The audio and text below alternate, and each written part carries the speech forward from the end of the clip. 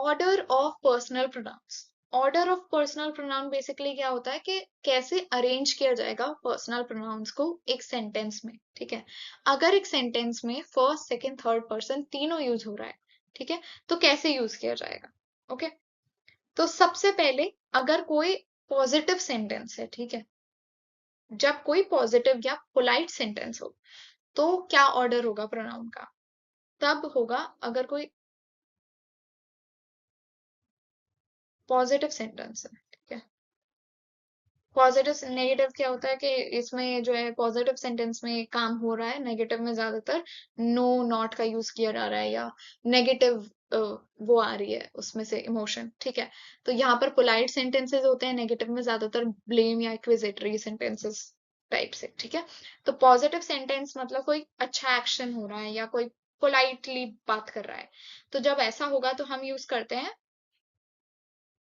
2 3 1 का। 2 3 1 मतलब second person, फिर थर्ड पर्सन और फिर फर्स्ट पर्सन।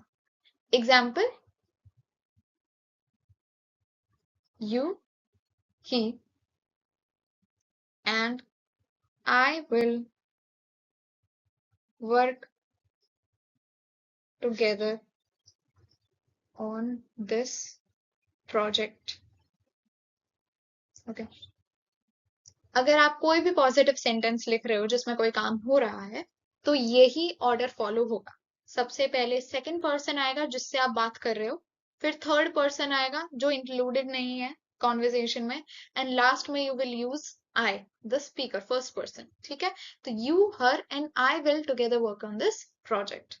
ओके, एक और example,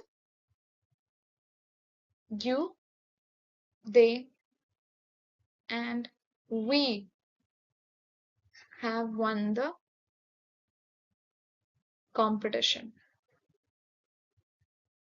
okay, you, they and we, यहाँ पर अब प्लूरल हो गया, तो प्लूरल में यू तो यू ही रहता है, हर की जगह हमने दे लगा दिया और आई की जगह वी हो गया, ठीक है। बट ऑर्डर स्टिल हमारा सेम है, second person, third person and first person. तो कोई भी अगर पॉजिटिव सेंटेंस है तो सेकंड थर्ड वन, वो 2 3 1 ऐसे second person third person first person ऐसे यूज किया जाता है। अगर सेकंड, अगर हमारा कोई नेगेटिव सेंटेंस है तो जस्ट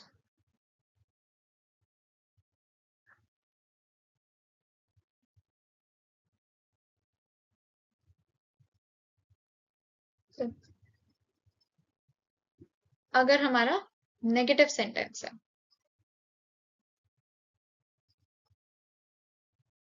नेगेटिव सेंटेंसेस में यूज किया जाता है, ठीक है, नेगेटिव सेंटेंस में यूज किया जाता है 1 2 3। ओके, 1 2 3 मतलब फर्स्ट पर्सन सेकंड पर्सन फिर third person. Okay, negative sentence मतलब जब कोई नेगेटिव या ब्लेम वाला सेंटेंस हो, कोई फॉल्ट दिखानी है, तो ऑर्डर क्या होगा प्रोनाउन का, first second third, simple. Okay, example, I, you and he forgot to submit the project. Okay,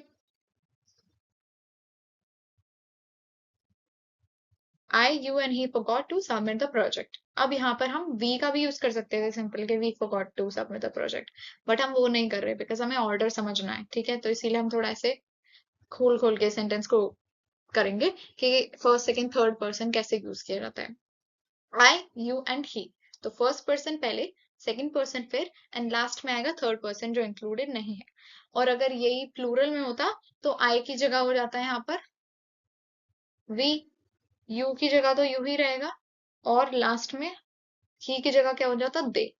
और इसके आगे we, you and they are responsible for the mistake, ठीक है, या आर इन द रॉन्ग, या जो भी करना है आगे जोड़ सकते हो। बट सिंगुलर है तो आई यू ही, और प्लूरल है तो वी यू दे। ऑर्डर क्या फॉलो होगा, first person second person and then third person. Okay, जब भी नेगेटिव सेंटेंस हो तो।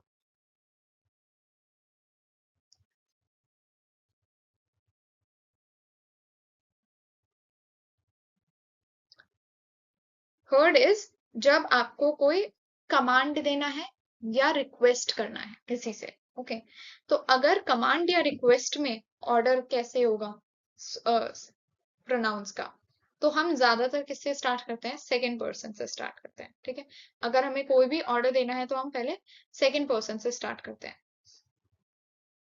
ऑर्डर, कमांड या रिक्वेस्ट, तो पहले आएगा सेकंड पर्सन एंड फिर थर्ड पर्सन। ओके, अब ऑर्डर या रिक्वेस्ट कर रहे हैं तो खुद से तो रिक्वेस्ट नहीं कर रहे हैं, किसी और से ही रिक्वेस्ट कर रहे हैं, तो सेकंड पर्सन पहले आएगा, फिर थर्ड पर्सन या फिर फर्स्ट पर्सन, जो भी है। ठीक है, पर स्टार्ट किससे होगा, कि सेकंड पर्सन से ही। एग्जाम्पल,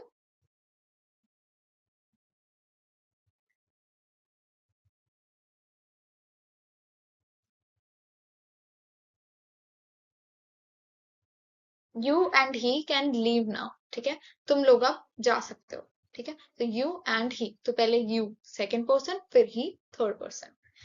अगर हमें फर्स्ट पर्सन के साथ कोई सेंटेंस बनाना है कि फर्स्ट पर्सन को कैसे इंक्लूड करेंगे, तो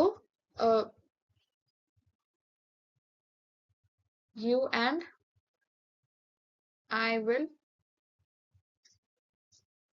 डिस्कस दिस लेटर। ओके, तुम और मैं ये चीज बाद में डिस्कस कर लेंगे। ओके, तो you and I will discuss, पहले सेकंड पर्सन फिर फर्स्ट पर्सन। ओके, तो यहाँ पर आपको सिर्फ याद क्या रखना है कि ऑर्डर, कमांड या रिक्वेस्ट का कोई भी सेंटेंस सेकंड पर्सन से ही स्टार्ट होगा। अगर आप फर्स्ट सेकंड थर्ड पर्सन का यूज कर रहे हो तो सेकंड पर्सन से ही स्टार्ट होगा। ओके, बाकी पॉजिटिव सेंटेंस है तो 2 3 1, नेगेटिव है तो 1 2 3, और ऑर्डर, कमांड या रिक्वेस्ट है तो 2, सबसे पहले 2, बाद में आप फर्स्ट पर्सन लगाओ या थर्ड पर्सन लगाओ। ओके, अब क्यों यूज करना जरूरी है, बिकॉज इससे हमें पता चलता है कि क्या प्रायोरिटी है। ठीक है, ओके, तो ग्रामर में ये ऑर्डर लिसनर की प्रायोरिटी बता रहा है। ठीक है, यह ज्यादा क्लैरिटी से समझाने में मदद कर रहा है और यही यूज किया जाता है। सिंपल रीजन है इसके, यूनिवर्सली यही फॉलो किया जाता है ऑर्डर, इसीलिए हमें भी यही ऑर्डर फॉलो करना है।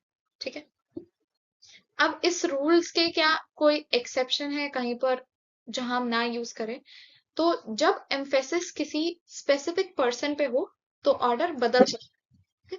अगर हमारा जो एम्फेसिस है वो किसी स्पेसिफिक पर्सन के ऊपर है, तो उस केस में एक एक्सेप्शन है कि हम इस ऑर्डर को थोड़ा चेंज कर सकते हैं। जनरली यही ऑर्डर फॉलो किया जाएगा।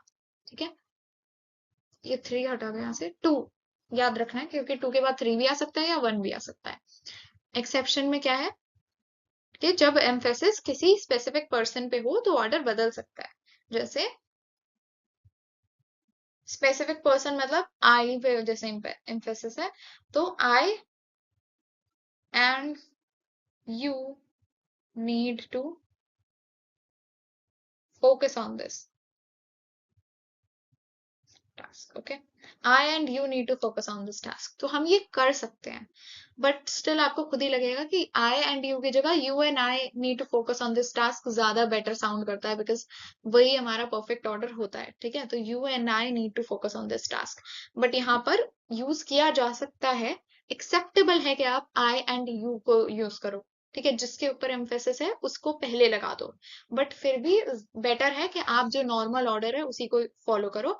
पॉजिटिव सेंटेंस में 2 3 1, नेगेटिव में 1 2 3, और ऑर्डर में या रिक्वेस्ट में 2 से स्टार्ट करो सेंटेंस। ओके, या फिर एक और चीज कि जब प्रोनाउन सब्जेक्ट और ऑब्जेक्ट दोनों हो तो भी ऑर्डर चेंज हो सकता है। ठीक है, मतलब अगर आप सब्जेक्ट में भी प्रोनाउन यूज कर रहे हो और ऑब्जेक्ट में भी प्रोनाउन यूज कर रहे हो, तब भी आप ऑर्डर थोड़ा सा चेंज कर सकते हो। जैसे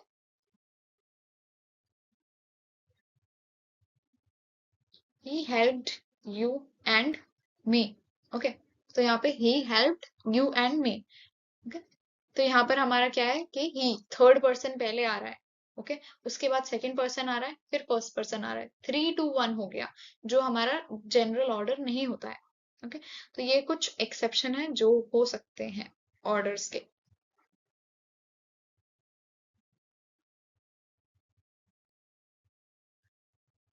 ओके, चलते हैं नेक्स्ट टॉपिक की तरफ, which is subjective case and objective case. अब इतनी देर से हम सब्जेक्ट ऑब्जेक्टिव केस ये कर रहे थे, तो इसका मतलब होता क्या है, सब्जेक्टिव केस क्या होता है और ऑब्जेक्टिव केस क्या होता है।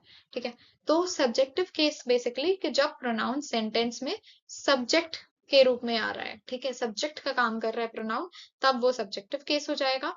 और अगर ऑब्जेक्ट का काम कर रहा है प्रोनाउन तो वो ऑब्जेक्टिव केस हो जाएगा, सिंपल। ठीक है, तो सब्जेक्टिव केस में कौन से प्रोनाउन यूज किए जाते हैं, जो मैंने पहले भी बताया बट इस स्लाइड पे ज्यादा अच्छे से लिख देते हैं। और ऑब्जेक्टिव केस में कौन से प्रोनाउन यूज किए जाते हैं, तो सब्जेक्टिव केस में बिकॉज सब्जेक्ट है तो I, you, he, she, it, we, they, ये हमारे सब्जेक्टिव केस के प्रोनाउन होते हैं। और ऑब्जेक्टिव में हो जाते हैं ये मी, यू, हिम, हर, इट, अस और दे का देम। तो सब्जेक्ट की तरह यूज हो रहा है तो आप I, you, he, she, it, we, they में से यूज करोगे। ऑब्जेक्ट की तरह यूज हो रहा है प्रोनाउन तो me, you, him, her, it, us, them, इसमें से कोई यूज करोगे। ओके, तो सिंपल इज बेसिकली कि आपको कैसे पता चलेगा कि क्या है। तो अगर आपको ये देखना है कि who is doing the action के ऊपर अगर आपका फोकस है, कि हु के ऊपर फोकस है कि एक्शन कर कौन रहा है, तो वहां पर सब्जेक्टिव केस के प्रोनाउन का यूज होगा। लेकिन अगर आपका फोकस है कि रिसीविंग एंड पे कौन है, कि जो एक्शन हो रहा है उसका कॉन्सिक्वेंस या इफेक्ट किसके ऊपर पड़ रहा है, ठीक है, who is receiving the action, तब आप ऑब्जेक्टिव केस के प्रोनाउन का यूज करोगे। ओके, जैसे आई लव क्रिकेट, तो यहाँ पर एक्शन मेरा है, मुझे पसंद है क्रिकेट, तो इसीलिए सब्जेक्टिव केस का यूज होगा। और क्रिकेट लव्स मी, अगर मैंने इसी को उल्टा कर दिया तो यहाँ पर मैं ऑब्जेक्ट बन गई हूँ। ठीक है, तो यहाँ पर ऑब्जेक्टिव केस का यूज होगा, मैं रिसीव कर रही हूँ इस लव को, क्रिकेट लव्स मी को। ठीक है, यहाँ मैं ऑब्जेक्ट है क्योंकि मैं पर एक्शन हो रहा है, लव का एक्शन क्रिकेट कर रहा है मेरे ऊपर, तो क्रिकेट लव्स मी, तो I become the receiving person और यहाँ बन गया मैं ऑब्जेक्टिव केस का प्रोनाउन। ओके, कुछ रूल्स भी होते हैं ऑब्जेक्टिव और सब्जेक्टिव केस के प्रोनाउंस के। सबसे पहले तो क्या है कि सब्जेक्टिव केस का यूज किया जा रहा है सब्जेक्ट के लिए। ओके, और ऑब्जेक्टिव केस का यूज किया जा रहा है ऑब्जेक्ट के लिए। ऑब्जेक्टिव केस के प्रोनाउंस का यूज किया जाता है ऑब्जेक्ट के लिए, ये तो सिंपल है। तीसरा इज के आफ्टर प्रपोजिशन, ठीक है, ऑब्जेक्टिव केस का यूज किया जाता है after preposition, use objective case. Okay, example के the gift is for her. Okay, तो यहाँ पर the gift is for her, okay, ये करेक्ट है। ठीक है, तो यहाँ पर हमारा बेसिकली क्या है कि प्रपोजिशन फॉर के बाद हमने यूज किया है प्रोनाउन हर को, तो यहाँ पर कौन सा यूज किया हमने, ऑब्जेक्टिव केस के प्रोनाउन का यूज किया। तो कोई भी प्रपोजिशन अगर सेंटेंस में लगा है तो उसके बाद अगर हमें लगाना है कोई प्रोनाउन तो वो ऑब्जेक्टिव केस का प्रोनाउन होगा। ठीक है, यहाँ पर हम the gift is for she नहीं कर सकते बिकॉज वो गलत हो जाएगा, तो शी की जगह ऑब्जेक्टिव केस क्या होता है, शी का हर, तो हम हर का यूज करेंगे। फिर फोर्थ इज के कंपाउंड्स में, अगर सब्जेक्ट कंपाउंड या ऑब्जेक्ट कंपाउंड है तो कंपाउंड सब्जेक्ट या ऑब्जेक्ट में भी सब्जेक्टिव और ऑब्जेक्टिव केस का ध्यान रखना पड़ता है। जैसे यहाँ पर Ravi and I went to the park, ठीक है, तो अगर कंपाउंड है तो example Ravi and I went to the park, यहाँ पर सब्जेक्टिव केस का हमने यूज किया है क्योंकि यहाँ पर ये करेक्ट है। ठीक है, इसके अलावा ये सब्जेक्टिव केस हो गया, और अगर ऑब्जेक्टिव में करना है तो the teacher called Ravi and me for example. ठीक है, तो यहाँ पर बिकॉज सब्जेक्ट की तरह यूज किया जा रहा था तो हमने आई प्रोनाउन का यूज किया है जो कि सब्जेक्टिव प्रोनाउन है, और यहाँ पर मी क्योंकि ऑब्जेक्ट में आ रहा था तो हमने मी का यूज किया है क्योंकि वो ऑब्जेक्टिव प्रोनाउन है। तो ये कुछ सिंपल रूल्स होते हैं कि प्रपोजिशन के बाद ऑब्जेक्टिव केस का यूज किया जाएगा, और जब आप कंपाउंड यूज कर रहे हो, मतलब कंपाउंड सब्जेक्ट या कंपाउंड ऑब्जेक्ट का सेंटेंस बना रहे हो, तो वहां पर क्या होगा, कौन सा प्रोनाउन यूज कर रहे हैं इस पे भी ध्यान होना चाहिए। ठीक है, next is rules for using pronouns after as और देन। एज या देन अगर सेंटेंस में लगाए तो उसके बाद कैसे प्रोनाउन को यूज किया जाएगा। ठीक है, तो अगर हमारा जो प्रोनाउन है वो सब्जेक्ट की तरह एक्ट कर रहा है तो हम सब्जेक्टिव प्रोनाउन यूज करते हैं। ठीक है, अगर प्रोनाउन का काम सेंटेंस में सब्जेक्ट का है तो सब्जेक्टिव यूज होगा। एग्जाम्पल, चाहे उसमें एज लगाओ या देन लगाओ। ठीक है, एग्जाम्पल,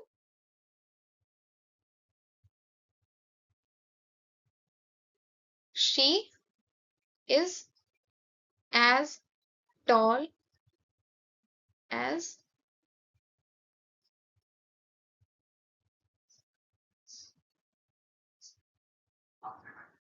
आई। ठीक है, she is as tall as I, यहाँ पर एम भी होता है जो कि साइलेंट होता है basically. She is as tall as I am. Okay, यहाँ पर आई, यही एक हिडन वर्ब एम जो है वो का सब्जेक्ट है। ठीक है, तो बेसिकली मतलब कि जब आप, अब यहाँ पर मैंने she is as tall as I क्यों किया है, बिकॉज आई की जगह मी क्यों नहीं किया, बिकॉज जब आप सब्जेक्ट को कंपेयर करते हो तो आप उससे सब्जेक्ट से ही करते हो। ठीक है, आप सब्जेक्ट और ऑब्जेक्ट को कंपेयर नहीं कर सकते। सब्जेक्ट का कंपेरिजन सब्जेक्ट से, ऑब्जेक्ट का कंपेरिजन ऑब्जेक्ट से होता है। तो शी जो है सब्जेक्ट है तो उसका कंपेरिजन भी सब्जेक्ट से होगा, विच इज आई। अब आई के साथ एम लगता है हेल्पिंग वर्ब की तरह। ठीक है, तो यहाँ पर हिडन वर्ब है एम। ठीक है, सब्जेक्ट क्या है उसका, एम का, आई। ठीक है, तो जब आप करेक्ट प्रोनाउन यूज कर रहे हो तो आपको ये ध्यान देना पड़ेगा कि आप किसका कंपैरिजन कर रहे हो, सब्जेक्ट का, तो इसीलिए वहां पर आई आया है। She is as tall as I.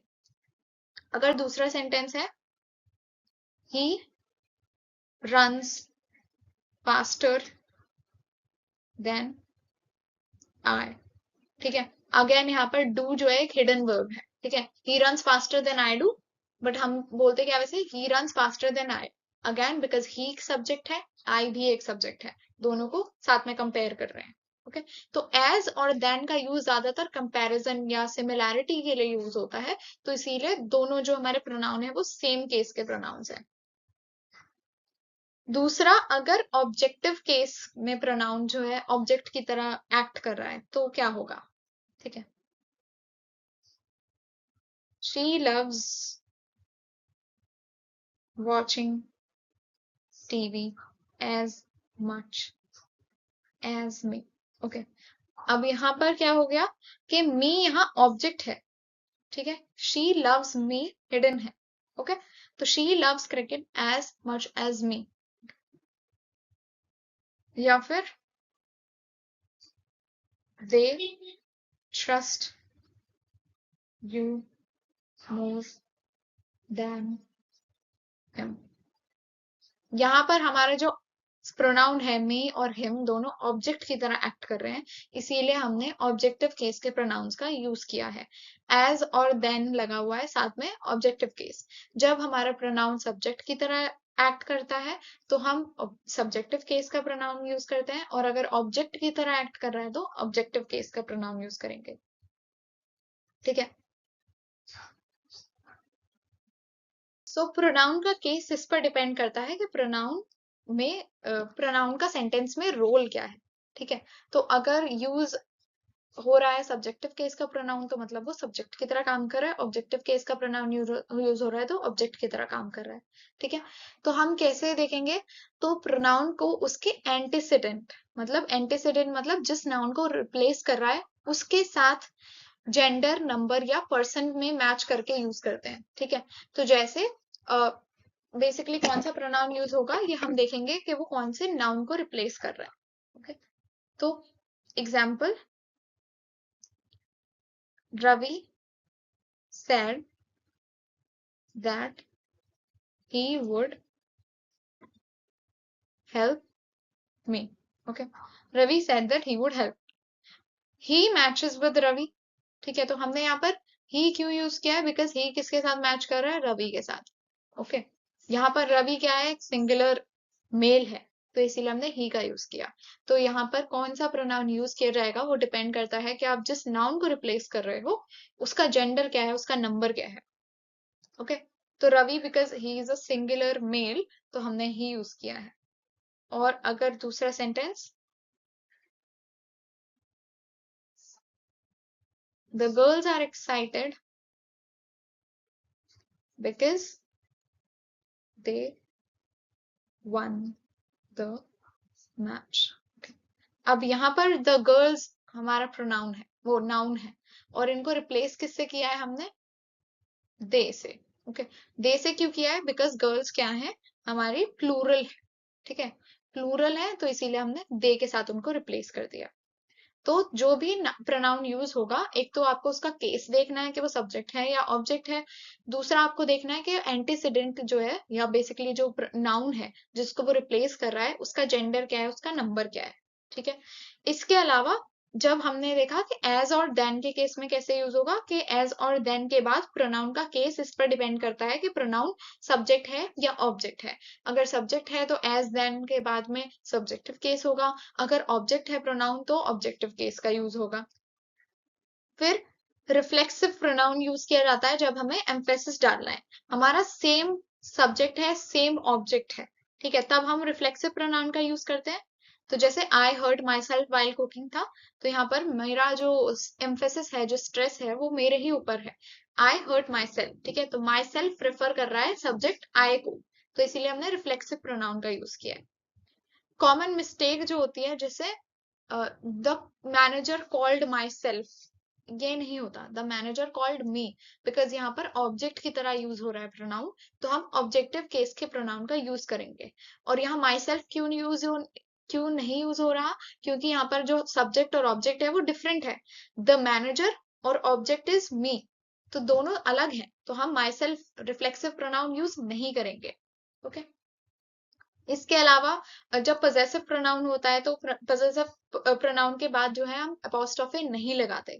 ठीक है, ज्यादातर क्या होता है कि जब हमें कोई ऐसे हर्स, देयर्स, आर्स ऐसे लिखते हैं हम, तो ज्यादातर हम यहाँ पर अपोस्ट्रोफी लगा देते हैं, ये रॉन्ग होता है।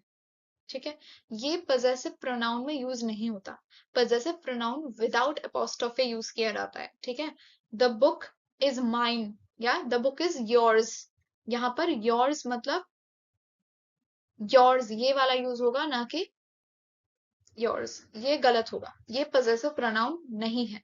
ठीक है, प्रपोजिशन के बाद हमेशा ऑब्जेक्टिव केस लगता है, ये हमने डिस्कस कर लिया है। हुज और हुम और हु का कब यूज होगा। ठीक है, हु और हुम का कब यूज होगा, तो हु यूज किया जाता है जब सब्जेक्ट के लिए यूज करना है प्रोनाउन, और हुम यूज किया जाता है जब ऑब्जेक्ट के लिए यूज करना है। ठीक है, जैसे who is knocking at the door, तो यहाँ पर हु इज अ सब्जेक्ट, तो हमने प्रोनाउन कौन सा यूज किया है, हु यूज किया है। लेकिन अगर ये सब्जेक्ट में होता, कि मतलब ऑब्जेक्ट में होता कि whom did you invite to the party, कि आप तुमने किसको इनवाइट किया पार्टी के लिए, तो यहाँ पर ऑब्जेक्ट है, तो whom जो है बेसिकली यूज होगा। तो सब स्टार्ट सेंटेंस दोनों से ही होगा। ठीक है, whom बाद में भी लग सकता है, बट whom से अगर हम सेंटेंस स्टार्ट करेंगे तो भी जब भी हम whom का यूज कर रहे हैं तो दैट मीन्स हम ऑब्जेक्ट को रेफर कर रहे हैं, और अगर who का यूज कर रहे हैं तो सब्जेक्ट। ठीक है, फिर कंपाउंड सब्जेक्ट या कंपाउंड ऑब्जेक्ट होता है तो जब दो या एक प्रोनाउन है और उसके साथ में नाउन है। ठीक है, मतलब दो प्रोनाउंस हैं या एक नाउन एक प्रोनाउंस है, एक प्रोनाउन है, तो हर प्रोनाउन को इंडिविजुअली चेक करना होता है। ठीक है, जैसे Ravi and I went to the park, तो यहाँ पर I went to the park correct है। ठीक है, या the teacher called Ravi and me, तो द टीचर कॉल्ड, यहाँ पर मी आएगा, ये कैसे पता चल रहा है हमें, द टीचर कॉल्ड मी, अलग अलग इंडिविजुअली चेक करने से मतलब है, वेट,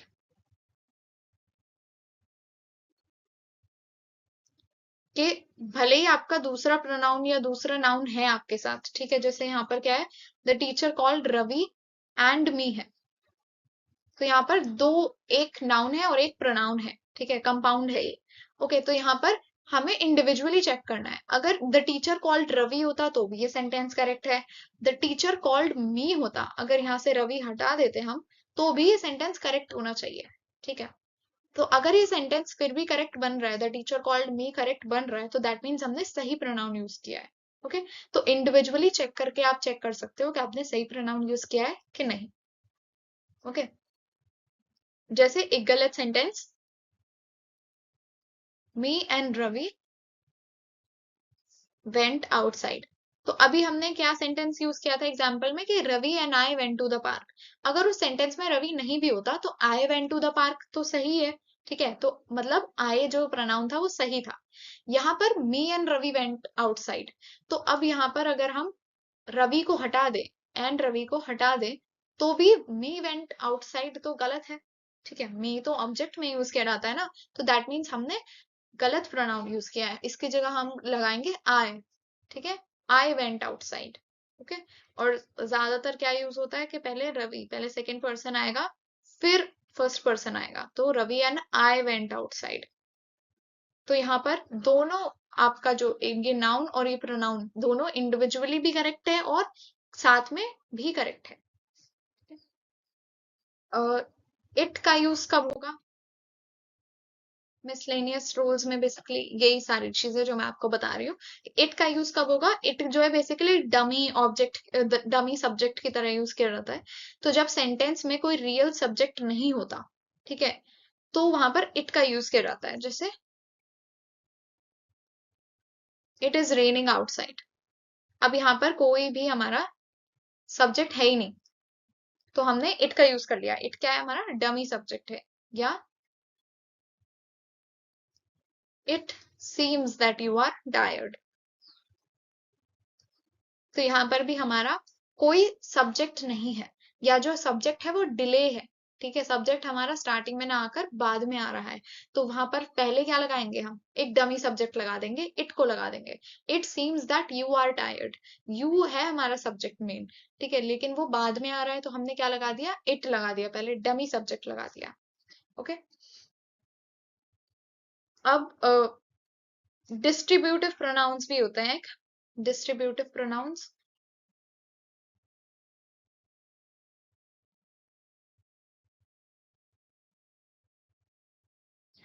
डिस्ट्रीब्यूटिव प्रोनाउन बेसिकली क्या होता है कि जब हमेशा सिंगुलर, उसमें बेसिकली के ईच, आइदर,